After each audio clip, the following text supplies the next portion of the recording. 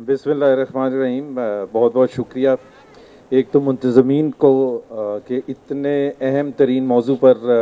ये सेमिनार किया जा रहा है।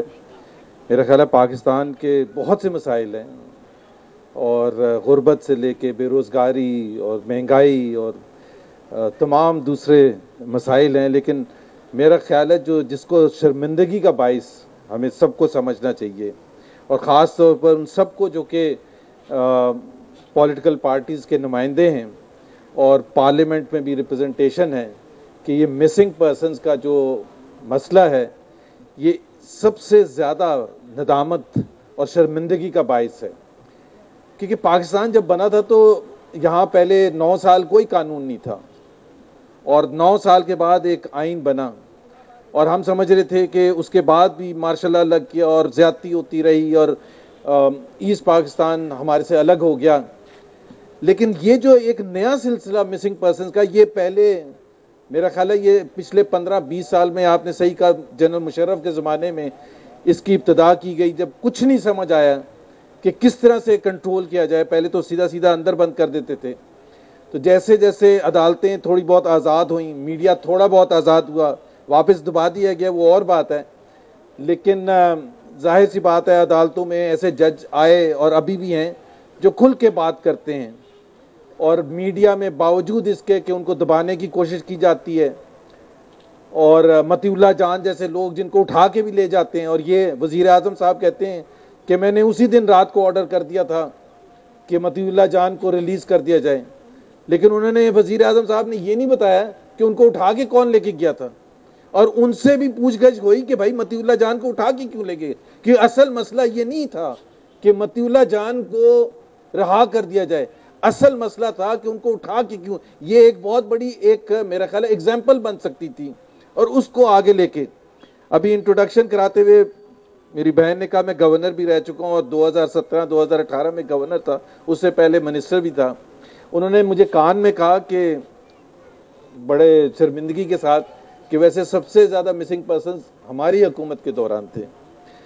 तो मैंने उस वक्त तो नहीं उनको कहा, ये क्या हमारे लिए ख़बर है कि सिविलियन हुकूमतें जो हैं वो रिस्पॉन्सिबल है मिसिंग पर्सन्स के लिए? तो अगर तो वो रिस्पॉन्सिबल हैं तो मैं पूरी रिस्पॉन्सिबिलिटी लेता हूँ कि हमारे दौर में। लेकिन उसके बावजूद मेरा ख्याल है हम सबको आवाज़ बुलंद करनी चाहिए, चाहे हम हुकूमत में हैं या नहीं हैं। और चूंकि मैं मरियम नवाज शरीफ को रिप्रेजेंट कर रहा हूँ, वैसे भी उनका तर्जुमान हूँ, तो मैं ये बता दूँ कि हमने ज़रूर बैठ के, जब हमने ये जद्दोजहद का आगाज़ किया इस कैंपेन का, कि ये वो कौन से मसले हैं जो सब बात करते हैं, सारा पाकिस्तान करता है, महंगाई की, बेरोज़गारी की और दूसरी चीज़ों की, लेकिन वो कौन से मसले हैं जो इस मुल्क में हमारे लिए सबसे ज़्यादा शर्मिंदगी का बाइस बनते हैं, और उसमें ये मिसिंग पर्सन सबसे सरे फहरिस्त है। इसका मतलब है कि ये जंगल का कानून है। यहाँ किसी को भी कोई उठा के, तो आइन का तो कोई फ़ायदा ही कोई नहीं है। आइन को तो सिर्फ उस वजह से इस्तेमाल किया जाता है जब आपको अपनी ज़रूरत होती है उसको इस्तेमाल करने के लिए।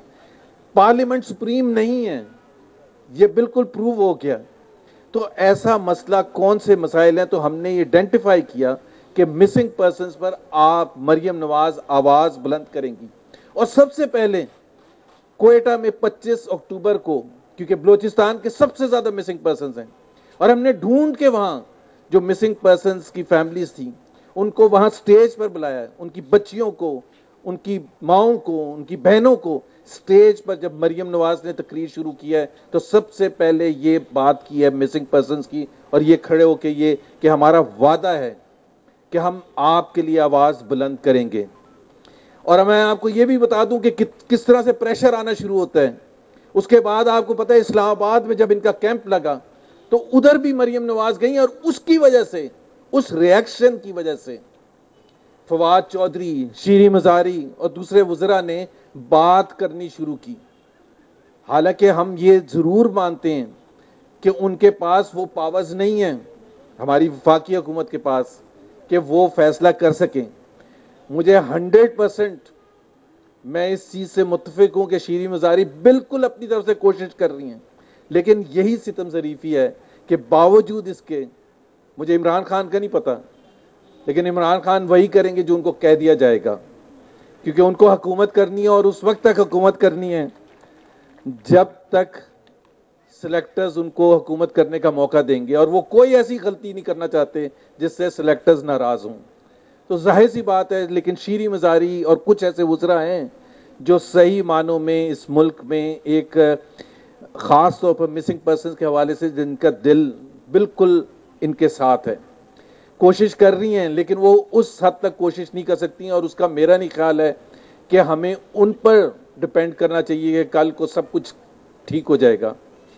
اب یہ رضا ربانی صاحب ہمارے سینئر ترین پارلیمنٹیرین اور سینئر ترین سیاستدان ہیں، تو میں ایک چیز جو ضرور کہوں گا کہ پارلیمنٹ کے فورم سے اگر کوئی پارلیمنٹری کمیٹی اسپیسیفکلی آن مسنگ پرسنز بنے، اور وہ دو چیزیں ہوتی ہیں، ایک تو یہ ہوتا ہے قانون سازی اور ایک ہوتا ہے سمبولک. بہت سی چیزیں ہوتی ہیں. جب آپ یہاں جس طرح سیمینار میں آئے ہیں، اپنے ساتھ مسنگ پرسنز کے حوالے سے اپنے ان کے ساتھ کھڑے ہونے کے لیے تیار ہیں اور ان کے لیے بات کرنے کے لیے تیار ہیں، تو میرا اپنا خیال یہ ہے کہ پارلیمنٹ کے فورم سے، سینٹ کے فورم سے اگر ایک پارلیمنٹری کمیٹی بنائیں اور اس میں نیشنل اسمبلی کے ممبرز بھی ہوں اور اس میں ایک ڈائلاگ اوپن کریں. ابھی جس طرح عمران خان صاحب نے ایک لیٹر لکھا اور اسپیکر صاحب نے کہا کہ ہم تمام موضوعات پر بات کرنے کے لیے تیار ہیں، اگر ہم واپس یہ کیوں نہیں کہہ سکتے کہ مسنگ پرسنز پر سب سے پہلے کمیٹی بنائیں اور اس کی ایک ڈیڈ لائن ہو، اس میں ایک بالکل کلیئر کٹ مینڈیٹ ہو کہ ایک بنیادی چیز، کوئی چیلنج نہیں کر رہا کہ کس نے کیا کیا ہے، کون سی قانون کی خلاف ورزی کی ہے، لیکن جب ہمارا آئین ہے ہر چیز کو ایڈریس کرنے کے لیے، ہر غلط کام کو ایڈریس کرنے کے لیے، چاہے وہ مرڈر ہے، چاہے وہ چوری ہے، چاہے وہ ڈکیتی ہے، تو پھر مسنگ پرسن جو اٹھائے گئے ہیں انہوں نے ان کی نظر میں کوئی نہ کوئی غلط کام کیا ہوگا. اگر انہوں نے غلط کام کیا تو ان کو پیش کریں. اور میرا خیال ہے رضا ربانی صاحب، جو میں مریم نواز شریف سے بھی اور نواز شریف صاحب سے بھی کہوں گا کہ ہمارا بڑا کلیئر کٹ ایک مینڈیٹ ہونا چاہیے اور ڈیڈ لائن کے ساتھ، کیونکہ یہ لنگر آن نہیں ہو سکتا کہ جی چل رہا ہے، سالوں سال چل رہا ہے. کیونکہ ابھی یہ میں نے بہنوں کو سنا یہاں بات کرتے ہوئے، اور ان کا جو درد ہے وہ ظاہر سی بات ہے ابھی ہم چلے جائیں گے تو وہ محسوس کرنا بھی ختم ہو جائے گا، لیکن یہ ہمارے اوپر فرض بنتا ہے، پاور سے زیادہ رسپانسبلٹی ہے کہ ہم اس ملک کو ٹھیک کریں. اور ٹھیک کرنے کے لیے اگر ہم ابتدا کر سکتے ہیں مسنگ پرسنز کے حوالے سے، کیونکہ کس نے کہا تھا منتظمین میں سے کسی نے کہا تھا کہ صرف مسنگ پرسنز پر بات کرنا، تو مسنگ پرسنز ہی پر بات کر رہے ہیں کہ اگر ہم یہ کوئی ایک بنیادی ایک 1 پوائنٹ ایجنڈا بنا لیں کہ مسنگ پرسنز کا ہم لے کے کیس جائیں گے اور اس کو ہر فورم پر، چاہے اس کے لیے ہمیں انٹیلیجنس ایجنسی سے بات کرنی چاہیے، ان کی بھی بات سنیں، چاہے ملٹری سے بات کرنی ہو، چاہے عمران خان صاحب سے بات کرنی ہو، چاہے اسپیکر سے یا چیئرمین سینٹ سے بات کرنی ہو، تو میرا خیال ہے ہمیں بات کرنی چاہیے. کیونکہ یہ تو نہیں ہو سکتا کہ ہم اپنی باری کا انتظار کریں کہ جب ہماری حکومت آئے گی تو اس وقت ہم پھر ایڈریس کرنا شروع کریں گے. ہم پاکستان مسلم لیگ نواز بالکل آپ کے ساتھ موجود ہیں، ہر جگہ موجود ہے، جہاں بھی آپ کہیں گے ہم وہاں جائیں گے. اور پارٹی سے بالاتر ہو کے میرا خیال ہے انسانی حقوق کے حوالے سے جب ہم پاکستان کی نمائندگی کرتے ہیں باہر میڈیا فورمز پر، دوسرے انٹرنیشنل فورمز پر، تو ایک شرمندگی کا باعث ہے. کسی ملک میں نہیں یہ ہوتا، نہ بنگلہ دیش میں، نہ سری لنکا میں، نہ ہندوستان میں. تو میں اسی خطے کی بات کر رہا ہوں، میں کوئی یورپ کی ایگزامپل، سوئٹزرلینڈ، جرمنی اور فرانس اور انگلینڈ کی ایگزامپل نہیں دے رہا جہاں انسانی حقوق کا لیول ہی کچھ اور ہے. اس خطے میں کم سے کم اگر 70-72 سال کے بعد ہم پیچھے چلے گئے ہیں جہاں ہم تھے سن 47 سے، تو میرا خیال ہے ہم نے جو آزادی جس لیے حاصل کی تھی تو وہ اس کے تو مقاصد بالکل بھی پورے نہیں ہوئے. تو انشاءاللہ تعالی ہم سب آپ کے ساتھ ہیں اور ہر فورم پر، اور آپ کا میسج جو ہے وہ بالکل میں ڈائریکٹلی پہنچاؤں گا مریم نواز صاحبہ کو اور نواز شریف صاحب کو، اور ہم اس سے بھی بھرپور انداز میں آپ کو سپورٹ کرنے کے لیے تیار ہیں. شکریہ محمد زبیر صاحب.